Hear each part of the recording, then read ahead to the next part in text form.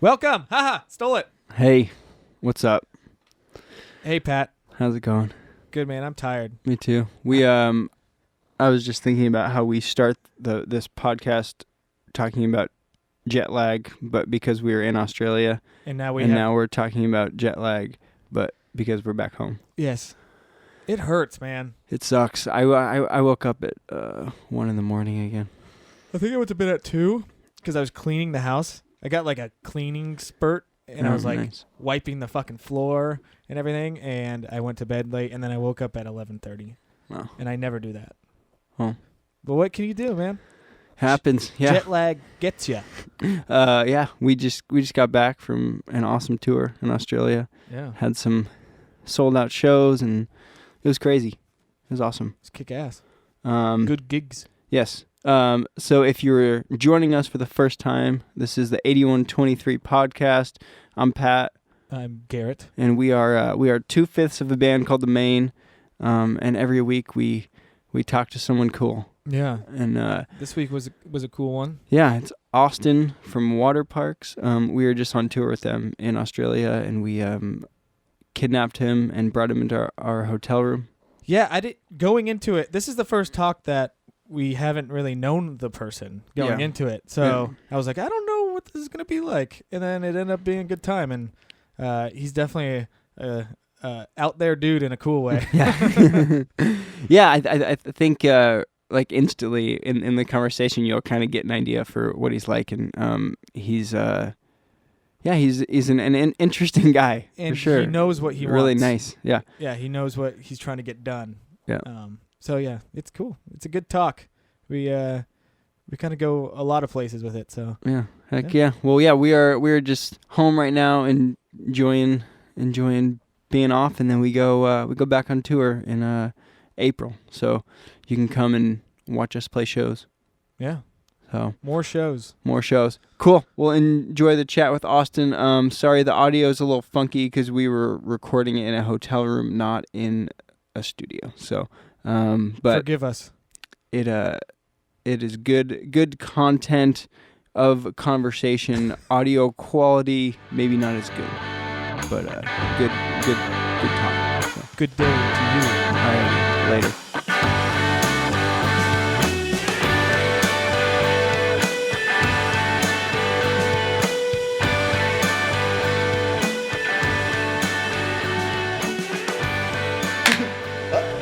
Clap. Oh, I want to be involved in the clap. You want to be involved in the clap? Okay, Yeah. Like Okay.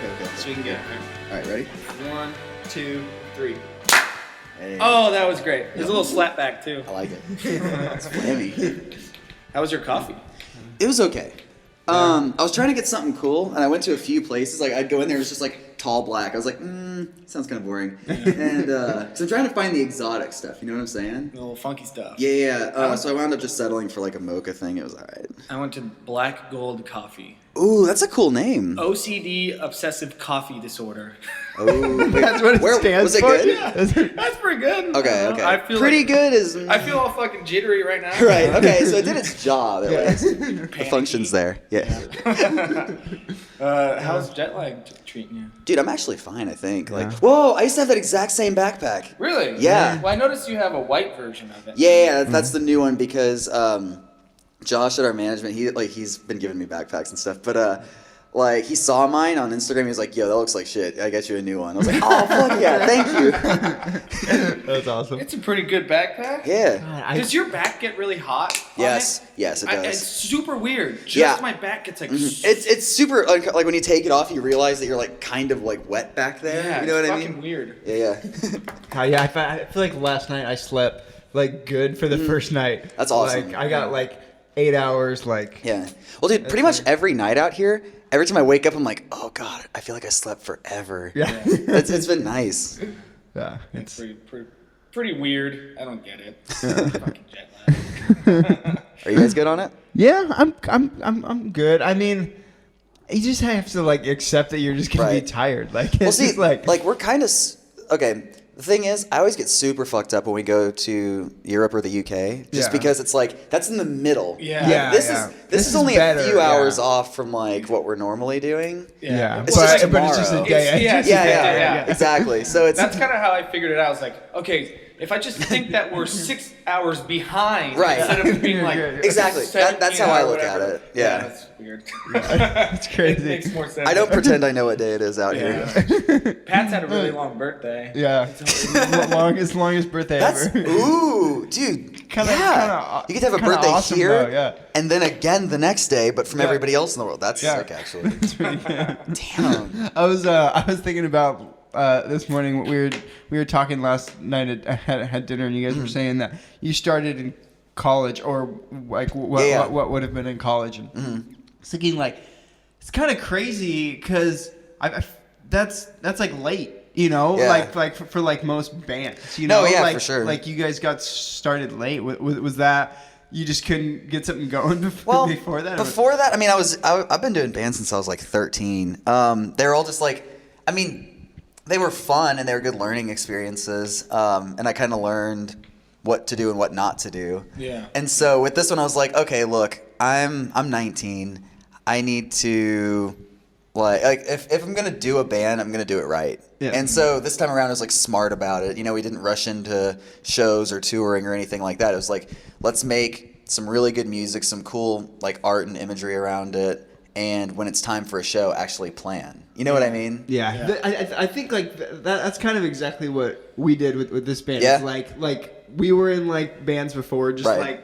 like everyone else doing like a local band, and Yeah. then like this time we're like, all right, we're gonna like plan out like what we're gonna Yeah, wear exactly. for the It's shows. not just We're like gonna, let's just play at the smoothie shop every weekend. Yeah, Like it's not like that it's anymore. like- You know what I mean? Yeah. Like we put so much more effort like in the beginning, and actually had like a vision of how Right. we wanted things to look like That's and good. sound like, and what kind of bands we wanted to go and Well, yeah, tour 'cause with. And a band's stuff. not like, just an audible thing, and when they treat Yeah. it like it is, you know, it shows. It's boring. Yeah. Yeah. So like, I think it's one of those things too. It's just like it's not calculated as somebody like when there's like a really cool band. It's so fucking calculated. Right. It's like Yeah. they're down to like what they're saying and like Yeah. and what they're. It's like Yeah, it's so it's- fucking weird. yeah, I think people can tell when it's authentic and when it's not. though. Totally. Like, I mean, and sometimes it matters, sometimes it doesn't. Like, sometimes people like vapid shit. Yeah. You know, yeah, but yeah. I mean, you can tell when something's authentic and real. Yeah, well, it's like some people like structure and stuff, and like you know what you're gonna fucking get with Right. a certain thing. But Yeah. yeah, Did you know with this band like right away that it was something like different compared to all your other bands? Like, Yeah. could like you feel? Because I think for us like me and Garrett played in bands together Right. forever, and it was like every single one I was like, oh, this is cool, and like we actually like had some like local bands that like did well. You Yeah, know, yeah. we like brought like 900 people to our album 900? show. Yeah. That's It was, really like, good. It was crazy. But then, when this band started, it was like instantly. It was like this just feels different. Like, Right. Is that kind of how it Yeah. was? Like, I mean, that could have just been because I was a lot more educated. Yeah. When you know, as far as like what to do, Totally. and yeah, I mean, with this one, I was like, okay, well, I've got this kind of vision, blah blah blah. I want it to look like this. I want to be like this, and it's just gotten more and more evolved. You know, as we've done it. I mean, that's gonna happen. yeah. But yeah, I mean, it was very thought out. You know, with our first show, we booked it like, because I mean, I did the first EP like myself, and then I was like, okay, well, it needs to be a band. Yeah. So I only knew 2 drummers, and one of them just was not gonna happen. So I was like, all right, Otto's a good drummer. And because I'd been in a band with him before, it was actually it wasn't a good band, but it was a lot more experimental and almost kind of proggy. It just wasn't Really? fun. Yeah, that's kind of cool. yeah. I'm really crazy. glad our EP never came out. We recorded one. I would think that people would be very surprised. Yeah. That the dude from Waterparks was in a. No, seriously, the songs are like fucking 4 or 5 minutes long, and they're all riffy. It wasn't fun to play. It was like Fall of Troy kind of stuff. Like, Fuck. seriously, I'd be like doing a lead and singing. It wasn't fun to perform.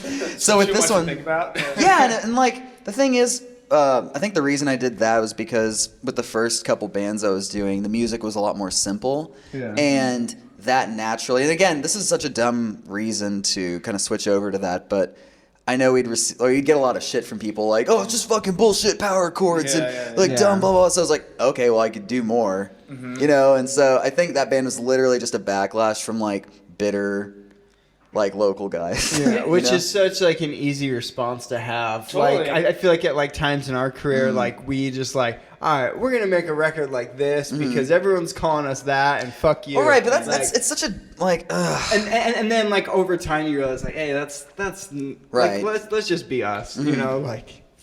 Yeah. We considered you know Born of Osiris, right? Yeah, The band? I don't know if I'm. Okay, it's like a major like metal kind of thing. Oh wait, do you guys do like sponsored shit on here? No. Oh, okay, cool. Then I can pull it up. So we were talking about covering one of their songs called "Follow the Signs," just to make people shut the fuck up. Like this is in I think 2014 or 15, but the last part of it, there's this ridiculous guitar thing. It was so hard, but I learned most of it. Hang on. Ooh, dude. Wait for it. Here. It's about to happen. Yeah, like, I learned how to play this, and I was like, it was just record it and put it out, and then no one could say anything. Because yeah, again, when this band started, everybody was like, bullshit, power chord, pop, fuck it, whatever. But here.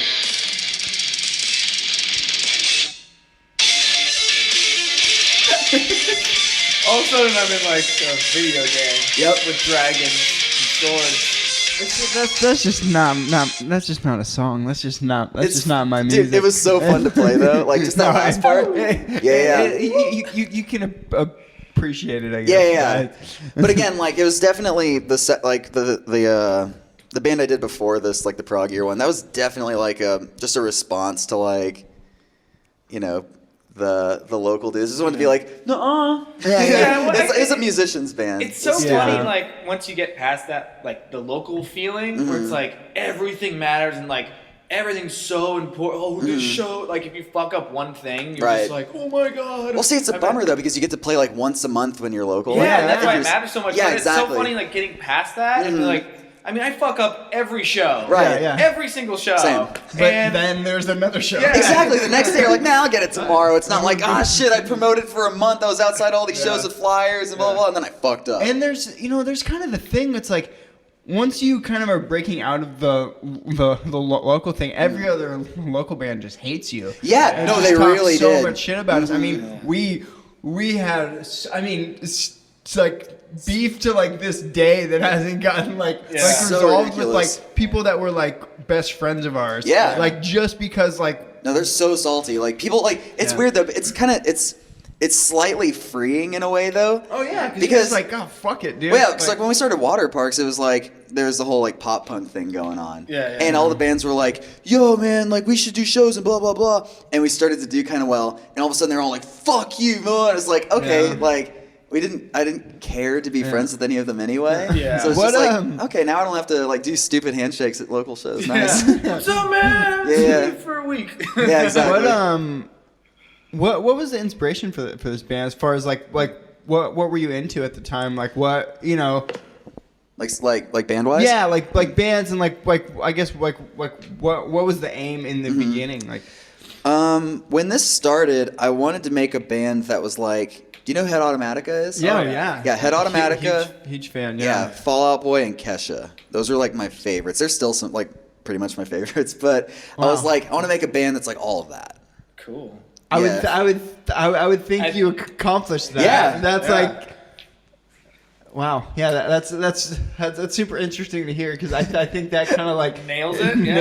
That's what I wanted it to be. Like I was like 19. I was like, I fucking love Head Automatica. I love Fall Out Boy. Like Pete's my favorite lyricist, and like Kesha's literally one of my favorites ever. That's cool. Yeah. Did you see the Jerry Seinfeld not hug?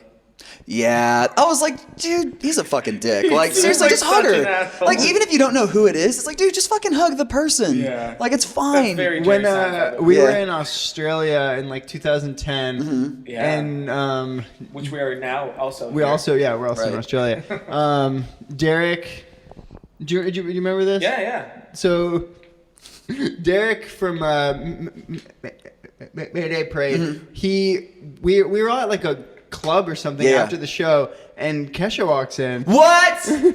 Holy shit! Kesha walks in, and he was wearing like a vintage like rock and roll shirt. I don't know, like fucking.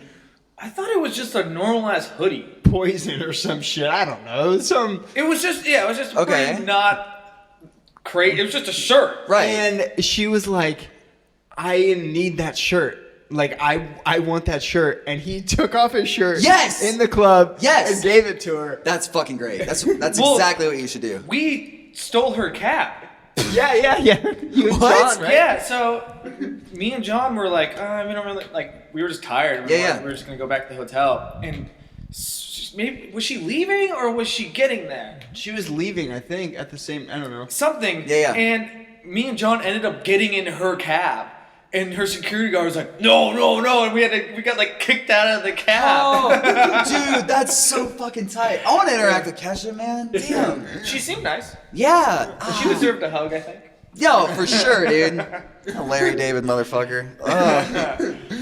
That's awesome. So, all right. So then things kind of, you guys built something in the local scene and things on the internet. Was it what? I guess at the time, I mean, Twitter and Instagram and stuff was because you guys were Instagram. After it was like just the starting. MySpace thing. You guys were after that. It was definitely Twitter and Facebook. I mean, Facebook's just never been helpful, but Facebook.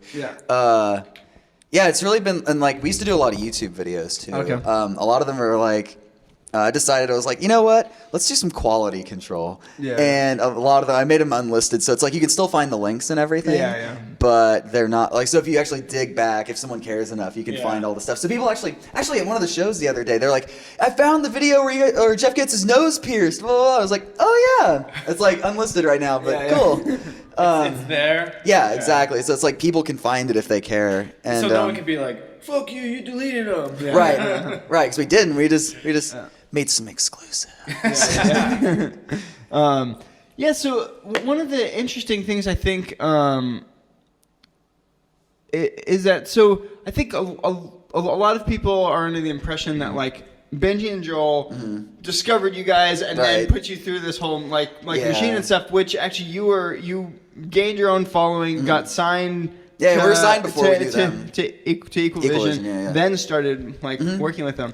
Yeah, no, I've seen stuff online where it's like, I've seen theories about us being industry plants. I'm like, dude, we would be so fucking rich if we were industry plants. Like, I would love that. But, I mean, like, we got the same shit. Like, when we like first started, it was like, I mean, we like wore like matching outfits. Right. Well, it's just marketing. Like, and we made a record with Matt Squire, who was doing all the the pop punk bands at the time, and like every other band, like we got, and like we were doing like really good on the internet and stuff, and we got so much shit, and it was like, well, it's because boy band, it was like people like basically like thought of us as a boy band that played guitars, which, and I feel like you guys kind of, dude, I tell people like we're a boy band, getting lumped into that same kind of thing that happened also on our first record, and you guys are kind of, you just put out your second record, so it's interesting to talk about that time period because we've been through it, and you're kind of you guys experiencing it now, and you guys know what's going on. Does that like fuck with you at all? Or you don't care? Yeah. Like, the thing is, anyone who says any shit like that, they're all just bitter dudes. Yeah. You know what I mean? And like, I've said this before, but like a lot of guys, it seems like I realized this when I'd be promoting, like passing out flyers or CDs. I mean, we did it, I can't even tell you how many nights. Yeah. And like a lot of guys would, especially if they were like beardy or like bigger, like built dudes or whatever, they would immediately just be like, fuck you, or like drop some homophobic shit on you or whatever. It's like, I think a lot of guys are afraid to align themselves with anything they deem like not masculine enough for their identity. Does that make sense? Yeah, I mean, it honestly, until 5-6 years into our band, there were probably 2 dudes at every one of our shows. Right. And then now there's a lot, you know?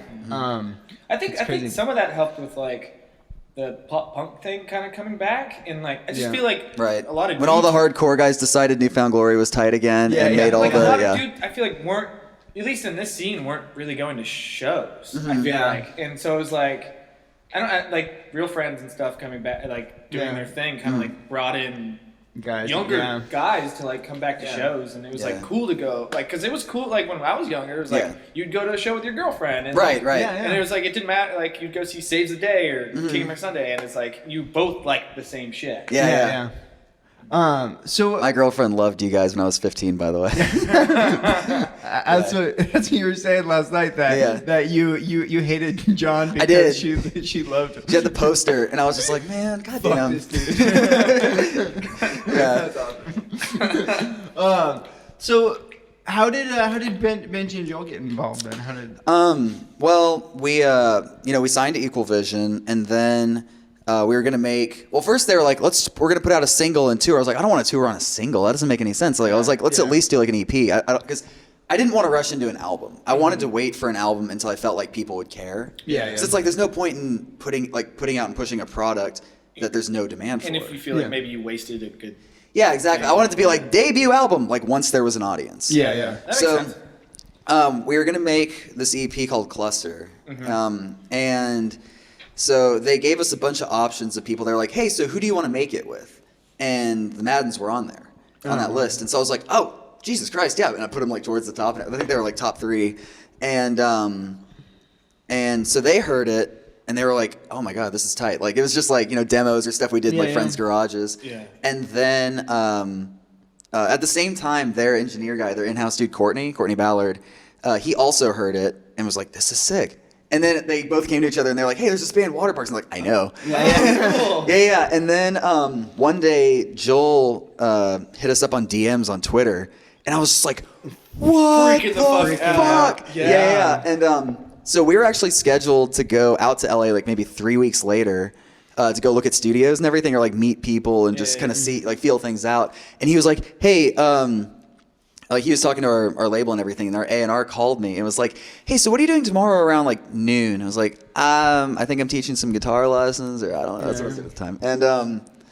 And she was like, okay, well, do you guys want to be in LA and have lunch with the Maddens? I was like, yeah, we'd like to do that, please. I would definitely like to do that. Let's do that thing. And so got off the call, and Jeff and Otto were both out of off time at work because, when we promote or play shows or whatever, if we were out of town, they'd have to take off, and they were way past all their time. So I was like, so I think you guys have to quit your jobs because we're going to LA like 3 weeks early. And Jeff and I were like, fuck yeah, let's buy swimsuits, California, woo! And we did. And and the next day we were out there, and we're just like, we met them at this hotel. We went out, had lunch, and they were like, hey, so we're making a management group called MDDN. We've been working on it for a while, and explained what it was going to be about.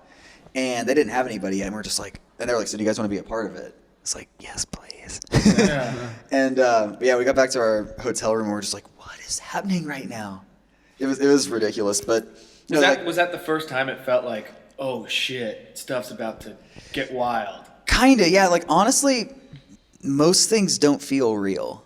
Oh yeah. Yeah. That's so it's hard to like process it. Yeah. You can't, like, especially in the moment.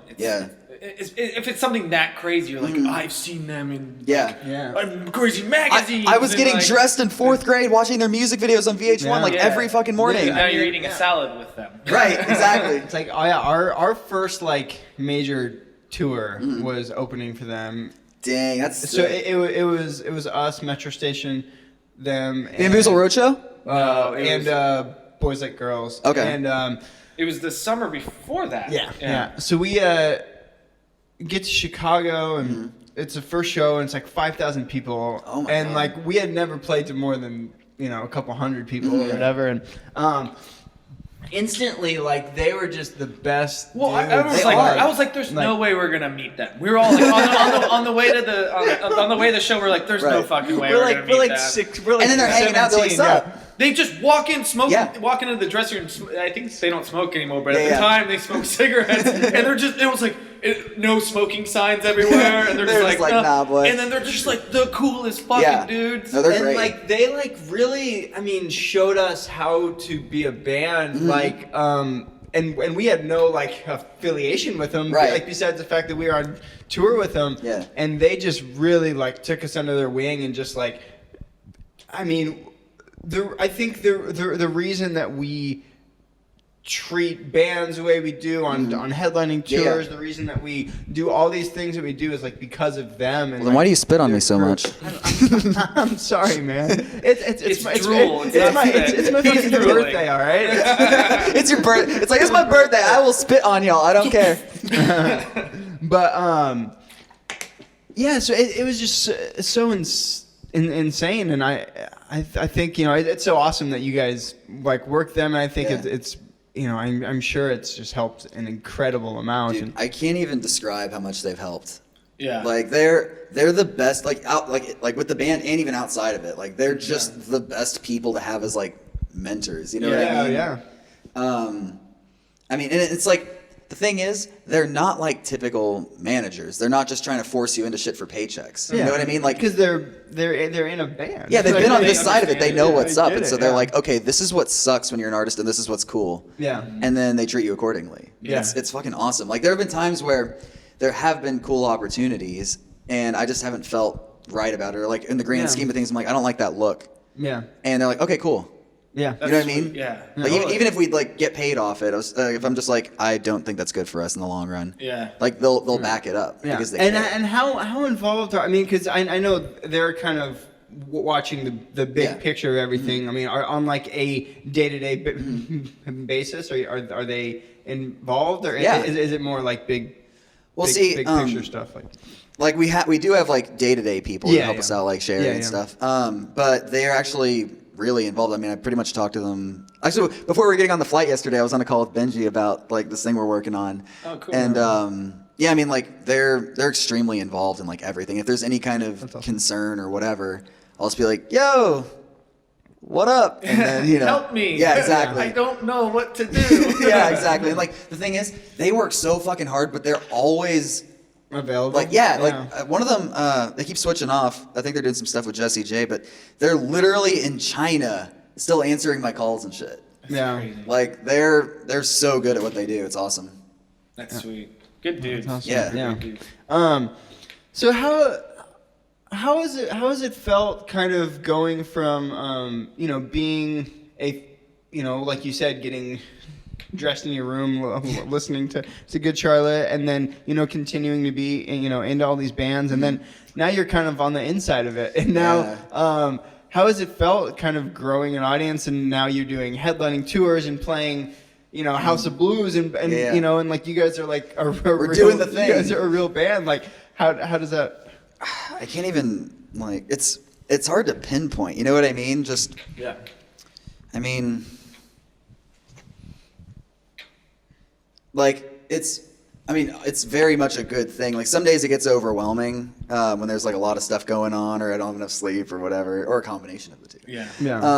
But then you just have to remind yourself, like, yo, you worked very hard and did this shit super on purpose. Like you're getting what you want, and it's fucking insane. Like I would have given my littlest toe to have like a feature in Kerrang, and now like once a week we're like on calls doing like features and stuff. Yeah. It's just like, oh shit. Like honestly, it's kind of hard to stop and look back at everything that because the last 2 years have been straight touring. Yeah. We're like working on, if we're not touring, we're making albums. Yeah. I mean, like you guys are in that moment where it's like you're in it. You can't pause it right now. Exactly. Like you guys are like just starting. And there's so much in front of us that it's like it's hard to stop and look back because it's like you don't want to. You can't. Yeah. If you do, then you might fucking right. Exactly. lose it, and you might fall. I'm just driving the race car right now. Yeah. That's all it It's is. like fucking go forward and don't look, or don't look to your side. Just keep down the path. Eventually, I'll look back and be like, "Damn, that was sick."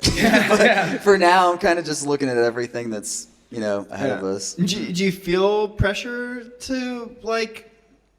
In what way? I'm sure the record label and your booking agent and all these things. I mean, you guys are kind of like, I would describe it like, there's certain bands that come along in the scene that have kind of the like Beatlemania kind of a thing to it, like never shout never. I would say maybe it was like the last time that I remember like us like really like seeing that, and that's kind of what I would compare as like kind of happening to you guys, and that it's super weird. Like the audience is that rabid, you know, and like that excited. Do you recognize that's happening? Like like you know, I mean, you know, you guys online presence, you know, I mean, there's so many people, and it's kind insane. It's you know, it's like you're on the cover of one magazine one month, and then the next, and then on this tour and that tour and this, and it's all, you know, which like for us in like 2008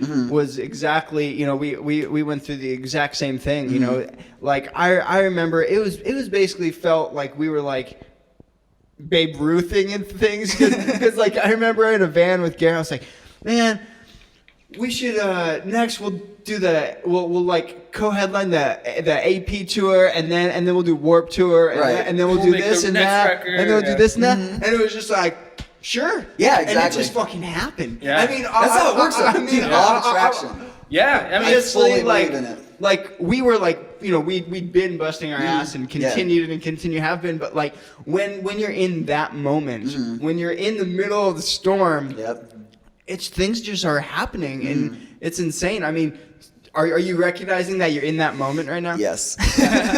Like, because it doesn't last forever. I mean, like, because right now, you know, it's easy to convince yourself that it will. But. No, I know. See, that's why I'm investing in all those bitcoins. It's for when shit goes south and no one cares anymore. It's down right now. Bitcoin's down right now. Yeah, that's what I'm investing in fake money like that and real shit right now. So it'll be good. I just gotta. No, I'm just fucking with you. No, it's really wild. I mean, now like when I go to Target, I'll like run into people, or like at the mall, or you know, I'll go into Hot Topic and I'm like, "There's our fucking shirt right there." Yeah, and your face is probably somewhere in that store. Yeah. Oh yeah, actually, I went there before we left. I think it was the day before. I went and actually bought the AP. Cool. That I'm on right now. That's a cool cover. Thank you. Oh, dude, I love it so much. Like we wanted to do something like really different with it. You know what I mean? Yeah. When we got the first like draft of it, I was like, oh man, I hope it stays plain like this. I hope they don't put a bunch of shit on it. Like a bunch of posters inside. Like it looks awesome, so clean. Yeah. I love it. Like eventually I'm gonna frame it and then not tell anybody that I framed it. But the fucking AP, man. Yeah. So that's sick. Is it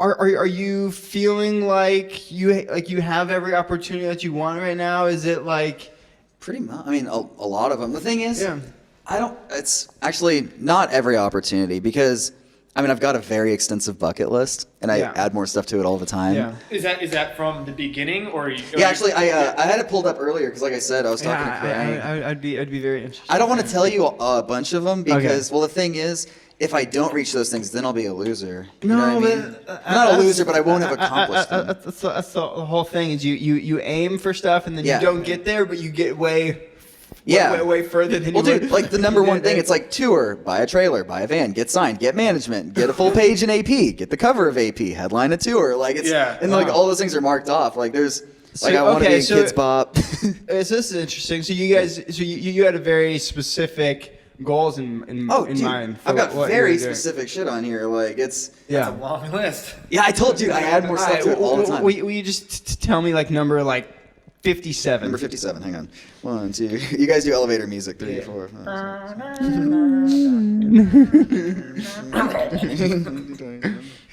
6. 4, 25, 26, 27.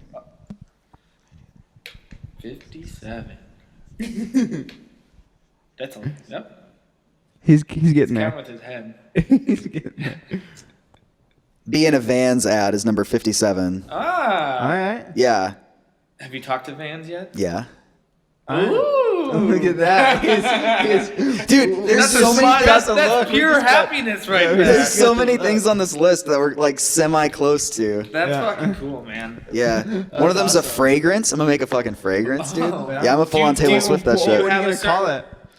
Actually, we've got a few things. Well, they're all creepy joke ones, but they're like premonition, and you got to whisper them. Yeah. Predator. Predator. Yeah. But you have to whisper, and they're all weird. Like a creep or like the movie Predator? I mean, Predator's creepy. It's true. But he doesn't have a mustache. We don't know. Oh, I've seen him. Have you? Yeah. I'll take your word for it. Well, it's exciting to see a band, have the kind of ambition that you have. I think there's a lot, because like we have that, or I mean we continue to, but I think a lot of newer bands coming out, it's like when we were starting out, it's like we were seeing Fall Out Boy and Good Charlotte and bands on the radio, so it felt possible.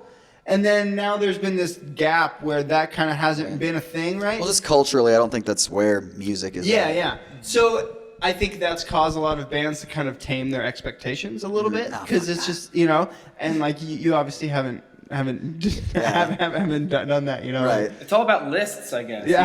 I make lists for everything. So if there's anybody in a band out there that wants to have success, just make a list. Really? With more than 50, what was that, 57? That was number 57, but there's at least like 100. It seemed like there was a lot more. There were. Yeah. Oh, shit. I got to talk about the AP, the way you guys dressed at the AP Awards. You know what's fucking crazy? What? So every time we've gone twice. Yeah. We always try to wear something like just totally crazy. Right. Yeah. So last year we didn't go, but we were gonna do that. Seriously? I'm not fucking around. And Damn. I'm super mad at you guys.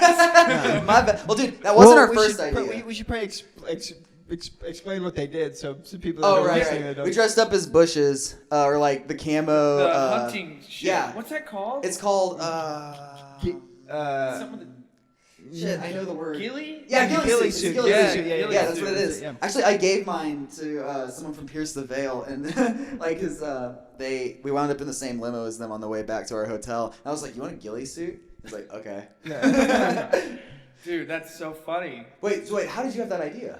I mean, we just. Well, yeah, that's a dumb thing. I hate when people ask that. It's just like, oh, we just said it. Well, you know what else is weird is the Kerrang, or was it Kerrang? Or Rocksound? Rocksound You cover. guys did the big suits. The what? You had big suits. Oh yeah, Roxanne, And yeah. we fucking did that too. Really? Yeah. Well, shit. Wait, you did it or We wanted did it to? at the first APs. Oh, Yeah. okay. And we had the big. We were doing the David Byrne talking Right. heads thing, and then What was the inspiration? I will for you explain guys that. for So the we big did a photo shoot for it, and then they said whoever the director of whatever was said we weren't dressed fancy enough.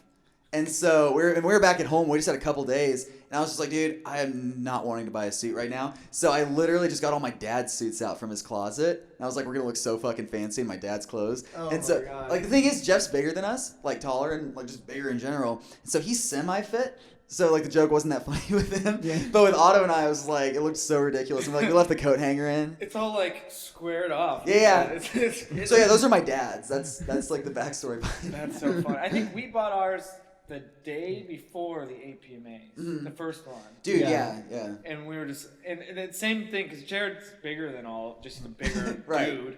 And yeah, his fit a little more than Pat's. So it's Yeah, I think with because we've been to the APMAs twice, and both times we've gotten our clothes either day of or like night before. Yeah. Because the other time we got like the Adidas track suits, and we all had a different color. And that was tight. That's a good, that look is actually happening again right now. I know, fucking trendsetters. What? Yeah. That's awesome. So I want to talk about you're very. I think one of the things I like is that you're not afraid to speak your mind on the internet. That's true. Actually, I just shit all over this venue like right before I came down here on our live stream. Really? Yeah, well, because they were all like, someone on our live stream was like, hey, this venue Walters is closing down. I was like, yo, fuck Walters. Good, I'm glad. I hope they closed twice. We've played there before, yeah. Yeah, no, they fucked us. And like when we didn't matter in like 2014, we were doing an EP release show. And the thing is, I used to do everything for us. I booked our show. I rented out the room. I like put down the down payment. I designed the tickets, printed them up, sold like over 100 of them. This is for our second EP. And like so it's like before it was out. Put posters everywhere, flyers at a bunch of shows, probably one of y'all's. And then they were all like, oh, so this hardcore band is coming through and we need the room, sorry. I was just like, what? Whoa. Yeah, so shout out Warehouse Live, they saved us. Fucked up. Yeah. So yeah, this is like, I don't know, I mean, I think, and then so I think the like tweet, which I think is very bold, about your record label. I would imagine you got some crap for that. I would imagine you got a call from either Benji or Joel. It was Benji. So yeah, what happened there was like, dude, honestly, there's a lot of stuff. Because I shouldn't get into like too many specifics, but like what we've had so much shit with, which is why we were talking like last night about how we've been off of record labels for a long time. I mean, we made a documentary just talking crap about it. Shit, I want to watch that. Our record Pioneer, we had a letter in it that we wrote to the label. It's in the CD of how we wanted to get off of the label. Oh! We printed it in the artwork. Did they not have any say in like designing it or like? We kind of like went behind their back and shit! And they didn't know. And yeah, I mean we did. That's so fucking funny. Yeah. But just basically, it's like, the only people that are going to be as interested in the good of your art is yourself. Exactly. No one cares about you as much as you, like your band as much as you do. Totally. No matter what. Yeah. And that's the problem. Yeah. That's the problem. Care about us. Yeah. I just think like, you're not afraid to say what's on your mind. And, it's true. Like, because I think a lot of people in your situation would be trying to not rock the boat because this is the people that have to then go and promote your record. Right. And, I mean, dude, it's 2018. Like, people can tell when shit's not authentic. So, I mean, I don't know, it's just always sort of been that way online, just in life in general. Not to sound like fake woke or whatever, but I mean... Do you feel like you guys have had struggles with the industry in that way? Like in... I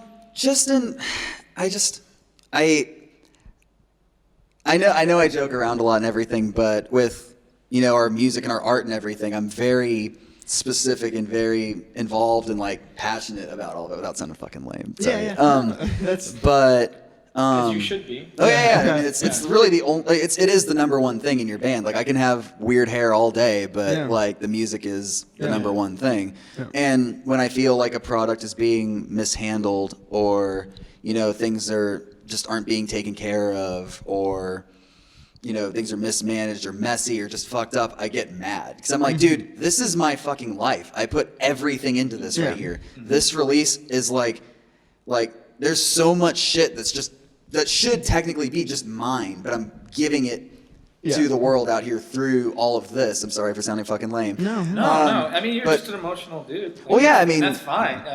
And when I see it being when I feel like it's being carelessly handled, I get mad. And I don't know. Yeah, and like when there's a night I really went off.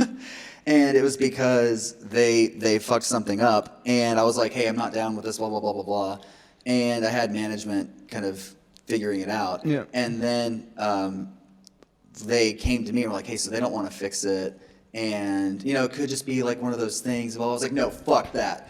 And so I went online, I was just like, you piece of shit, fuck you fucking piece of And, yeah. Well, did you get what you wanted? Yeah, the next day. Then it fucking worked. I know. And I was just like, oh shit, okay, taking the low road kind of got me what I needed. Have you had conversations after that to kind of patch things up with that? No. I don't really talk to the label very much. Yeah. And how many records do you have in your deal left? You don't know. We'll talk about that after. But, and then I think it's cool. I like seeing. I mean, like all my favorite bands were fucking rebels. It's like Tom Petty and fucking and Wilco and all these artists. The Replacements. It's right. like all these dudes are like. You have to fight for your art. Dude, you have to be real, and you've got to we fucking paid for this record to be made, right? That's badass. On our own, we recorded it in secret. We'll walk in, put it on our A&R guy's desk, and we're like, we have a surprise. And he goes, this is a quote. He said, if this is a new record, I will come on this table right now out of excitement. Did he come? And we're like, yeah, here it is.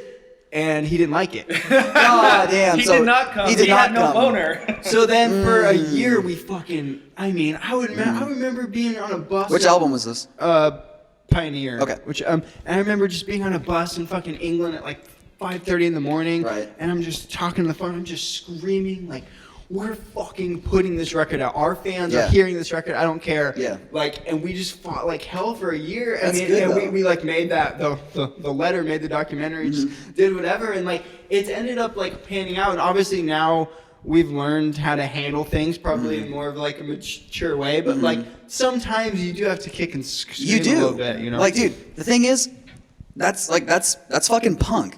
Like to put a fucking letter in your album, shitting on the label that's putting it out. That's fucking punk. Like, dude, no one does like dangerous shit. Everybody's very fucking soft, and it's just like. Well, it comes from fear that you're gonna lose it. Like for some reason, like you kind of at some point you kind of forget that you are the one that got you in this situation, not them. Yeah. And you're like, oh, and if you lose that, then this is all gonna go away because you don't have because anything, when they came along, maybe it did jump to the next thing. Right. But it was because what you did, not that you were in a magazine. Like, Right. Yeah, Exactly. You know, like. Well, someone asked me the other day. I don't remember. It wasn't even in like an interview. It was like one of my friends. It was something to the effect of like, do you worry that someone could come along and do like who has like an actual budget? You know, because we're on an indie label. Yeah. And do you worry that somebody with like a budget and real marketing and a push and all that can come along and just do what you're doing and take off with it? And, like a different band, you mean? Yeah.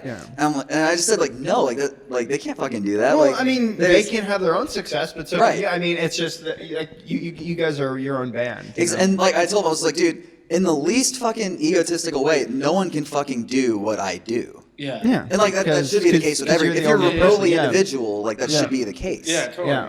Like. Well, you definitely have a vibe, and like I remember the first time I heard about you guys was on Warped, a couple years ago, and it was like everyone was kind of talking about you guys. Like, that's what I heard. It was like it was the thing, and it was like, and so I'd walk by and check you guys out, and it was like I could tell instantly, I was like, oh, something's happening. Yeah. You know, Thank like, you. Yeah, and it's one of those things. It's like if it's real, like you were saying a bunch of times on this, it's like people can sniff out bullshit. Exactly. And like, that's just not dude, the case. yeah, like. And I think you're unapologetic about trying to be big. You know, when you're saying that Kesha is a major influence, nobody would say that. Dude, so many bands, it bums me the fuck out. Like, it's like they're scared to say they want success. And it's like, I'd quit college for this. Yeah. I'm not trying to be a fucking bum when I'm 30. I want us to be the fucking biggest band. Yeah. Like, every band should want that. You should want the best for yourself. Fucking self-love, 2K18, motherfucker. Like you should want the best for you at all times in every way. I feel like the like early 2000s like indie rock thing is like, there's the difference. It's like, the Strokes were like huge or whatever, but the Killers wanted to be a massive band, right? And that's why they're still fucking here, and they're like playing arenas. It's like, I think back then everybody was so scared of the fucking word sellout. Yeah. Oh, dude, you remember that feeling though? We're like now, like that's not even a word. Anymore. Yeah. See, and I wasn't even relevant enough back then to be called a sellout because I was like 16. Yeah. But I remember that was like the thing that everybody was afraid of. Actually. Not to name drop. But even like liking bands, it's like, oh, I don't want to like the sellout band. Like Green Day. Everybody when American Idiot came out, everyone's like sellouts. I was like, dude, I know how to play this whole album. That's awesome. Yeah. It's weird. And then the other thing on that kind of same topic is then you put out a letter right before the record came out, saying that for a while you didn't enjoy the record. And that's also very like your record label would advise against that. Right. I would assume because it's for a while, it's like hated you're gonna like tell people that you're not into the art that you're making. Well, see, again, it's like it was. Oh, sorry. No, you're good. It wasn't like the songs. It was the content of the songs. It wasn't like a stylistic thing. It wasn't like the label was like, we need you to make this. Like, like I told you yesterday, I made the whole thing without showing anybody. You know what I mean? And or we made the whole thing without showing anybody. And it was just it's literally just for like personal reasons, like the content of the songs, like what and who and all that stuff I wrote the lyrics about. It went, like, after the album was done, it all went very, very, very bad. Yeah. And it was actually on the Made in America tour, the headliner we did, that kind of backed away from that situation. Yeah. And it just made it to where I just didn't like it. I was just like, fuck, dude. Like, like I was saying, well, because I mean, I'm sure it's painful to hear words that you wrote about something or a person, and I feel fucking stupid. You know what I mean? Like, hearing certain things, it's like, because you think things are a certain way, and then you find out later, like, oh, all this shit's going on. Okay, well, fuck me then. Yeah. You know? Totally. Yeah. I mean, and I think you find, just in general in life that, like, most things that you think are a certain way aren't, you know, because everyone makes up a story in their mind about what the reality of anything is. And it's your story, and you want to be the hero of it, and you don't want the bad things to happen. Right, nobody's the bad guy in their own story. Yeah. So it's like you protect yourself. Your ego protects yourself from actually experiencing the world how it actually is, and it's really hard to break through that, you know. Right. I mean, it's like when you put yourself out there in that kind of way, like through lyrics and everything, and let's say hypothetically with a person, like you put yourself out there and you're like, this is how I feel, blah blah blah blah blah, and I mean, especially with, you know, again, not to put me on any kind of whatever, but when, like, people know who I am, people know what's up, people knew who that person was and everything, and I was like very, like, I put everything out there, like we've talked about, and it was made very clear how I, you know, felt about all of that, and I think just kind of felt like maybe ashamed a little bit, because it was just like, this is how I felt very, very strongly, and I told fucking everybody. Yeah. It's like, my parents are going to hear this shit. Yeah. And then everybody knows what had happened or whatever. And it was just like, okay, great. I feel fucking stupid right now. Yeah. You know? Yeah. So. Yeah. I mean, yeah. I totally, I mean, as just a person, I'm not really a lyric writer, but like, you know, just when those things happen in your life where kind of something big happens and you're the center of it, and like not in a good way. Right. It's just a lot to take, and like embarrassing almost. Yeah. That's exactly what it, you know, was. So I was just like, fuck, dude, I hate this album. Like, I want to make the next one. Like, let's just move this shit along. And then, but I was thinking about it, and like the idea of having to, because, you know, I mean, you guys are familiar with record deals and shit. You have to tour on them for a certain amount of time. Yeah. And it was like, great, I get to go glorify this shit. Yeah. Every night. It's gonna, like, and like the idea of that just felt so disingenuous and like dishonest. And it was, what kind of turn things around for you with that? I mean, just I guess turning point was, I mean, I didn't listen to it for a very long time. After that tour, I started going to therapy, and I mean, just trying to find new outlooks on things, and not like, I mean, I think dissociation helps, not disassociation. Apparently there's a difference, but stuff, I mean, there's just different techniques to learning things. I mean, or dealing with things. And I think, you know, after a while and like giving it some time and kind of just taking a step back and then going to it again and listening, being like, okay, this is going to come out in a few weeks. I'm just going to like listen. And I was like, okay, like and it was just, I just worked out and everything. It was the morning. I was like, all right, I was in my car, and I just listened again. It was like, okay, these are just really fucking good songs. Yeah. You know? And I think as time passed, you can put it as, oh, that was that moment in my life. No, exactly. And like, and it probably comes, you know, a lot from, you know, for me, it's like, you know, I've had to like figure out like, all right, how can I just be happy with myself? Right. Regardless of what's happening on the outside in a relationship, in any of these things. And it's like, all right, I just need to be happy with me. Right. And like that comes and goes. And regardless, Yeah, like it's a I need to day-to-day be, thing. you need to be happy with yourself. Well, you know, it's and not I permanent. think, yeah, the feeling. It's like, and I think if you get to that point, then you can just appreciate the album for what it is, and you know.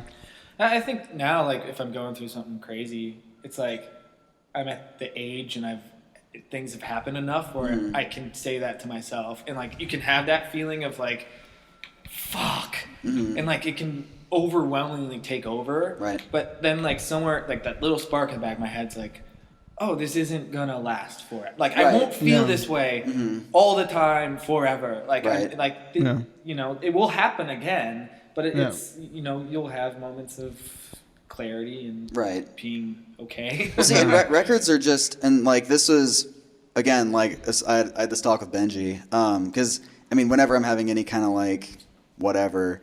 They're usually the ones I go to because I mean I don't like taking advice from people I wouldn't where like if I wouldn't want to be in their shoes, you know what I mean? Like it just doesn't make sense. I look at them, I'm like, dang, their life is sick. I would very much listen to them about whatever. Yeah. And you know, the album was going to come out, and I had the option of changing because I mean I voiced my concerns about it like back on the tour, and they said it was too late, and I was like, whatever. But then for like reprints of the album, they're like, so do you? Because I wanted to change the thank you section, just for obvious reasons. Yeah. And I was talking to him about it, and I was like, and I felt like there's like a part of me that felt torn about it. And the way he kind of explained it, and I, you know, was able to kind of sit on that thought for a while and expand on it myself. The kind of conclusion I just came to was to just leave it because that was a snapshot of back then. It just keeps it more authentic and real. It's like because taking anything away from that release takes away from like the facts. Well, what actually happened? Exactly. Yeah. And so it just keeps it more real, and like even and like looking at it now, and I think it would be seen this way from like a fan perspective too. I think it just adds more feeling to it. You know, there's like more of there's more of a sting when you read the book. I mean, at least there was for me. And there's a story, you know. There like now this forever. This is the record that was about that, right? You know, and then I would imagine anybody could guess what the next record's going to be about. It, you know, gonna probably be a little bit different, you know. It's gonna be a little different. Have you started already working on new stuff? I would imagine. I played the fifth. Yeah, I played the fifth. But we'll talk about it after. You can always work on shit. Yeah. Things are always getting worked on. Yeah, and like regardless if they ever get hurt or not, you can just work on them. Right. So what you know, we're talking about ambition and you know all these like large goals. Like, where do you see kind of the arc of Waterparks? Like in 5 like years from now, like can you see that far ahead yet as far as where you see things going? Like, yeah. Well, the thing is, the number one. This might sound dumb too, but whatever. The number one role model I have for me, besides you know the Maddens and everything, is the version of me I see 10 years from now. That's a cool way of thinking. Yeah, it's like, okay, how do I be that guy? And then do literally everything to be that. Yeah. You make lists. I do. I make a shitload of lists. I'm like, okay, I want to do that and that and that. And to get there, sub-list, I've got to do that and that and that. Yeah. You know what I mean? And it's Totally. like, each one of those things, it's like, do shit every day to like forward yourself. Yeah, exactly. It's like, get on a call and be like, hey, do we know anybody at that company? Let's do this and this and this. Yeah. You know, and I'll do a live on their thing, and we can do a takeover, and then we can do like a custom whatever. Like, you know what I mean? It's stuff like that. Like, you can, holy shit, I just got super sidetracked. What was? Yeah. No, I was just saying kind of like you in 10 where years. you see the arc of the band going and where. Dude, honestly, I want to be at the point where we've got a shirt next to fucking Green Day and Foo Fighters at goddamn Kohl's. You know what I mean? Like, like there are only a certain amount of bands that have that thing. Or like, if you turn on the radio, like on one of the rock stations, you're gonna hear First Date, you know, Blink. You're gonna hear that Lit song. Whatever that song's called. Right. Worst Enemy song. No, but I mean, I want to be in those ranks. I want to.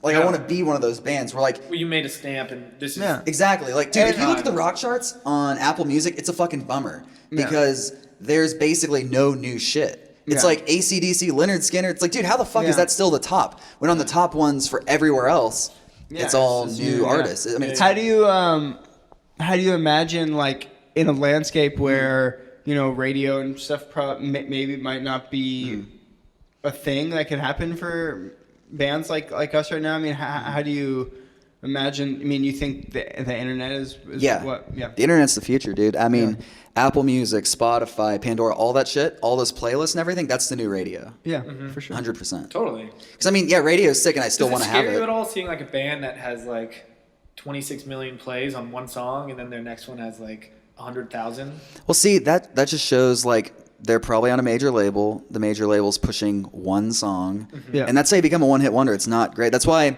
like, with albums, I try and push everything equally. I want everything to have a music video. Like, and the thing is, if I don't think something is our biggest fucking song potentially, it's not going to make the album. Why should it be on the record? Exactly. Like, everything has to be the best of the best. And enough writing happens to where that's a possibility. Yeah, totally. That's awesome. Well, I wish you guys continued success. Thank you, and I think that'll happen. And I'm glad we got to like actually hang with you. Yeah, it's been you guys are sweet dudes, man. That's the thing is like. Yeah, a lot of times even when you tour with bands like in the U.S., it's harder to like hang, like where like when you're here, it's like, well, we're at the airport together. Yeah, every exactly. Day. It's like we're sharing a vehicle. It's like we're like getting a juice and talking about Nathan for you, Nathan for you, or whatever. It's like where like when you're in the States, it's easy to get in your own cocoon and exactly. Like, hey, I'm just gonna hang on the bus. But when you're isolated together. In like separate parts of the world, place where you're like, I don't really know where's the bathroom. Yeah, exactly. Which just like makes it awesome. Yeah, makes it good. Yeah. So cool, man. Awesome. Well, Thanks now for talking. Absolutely, dude. Thank you for having me. I love podcasts, man. Yeah, me too. Oh yeah. Thank you.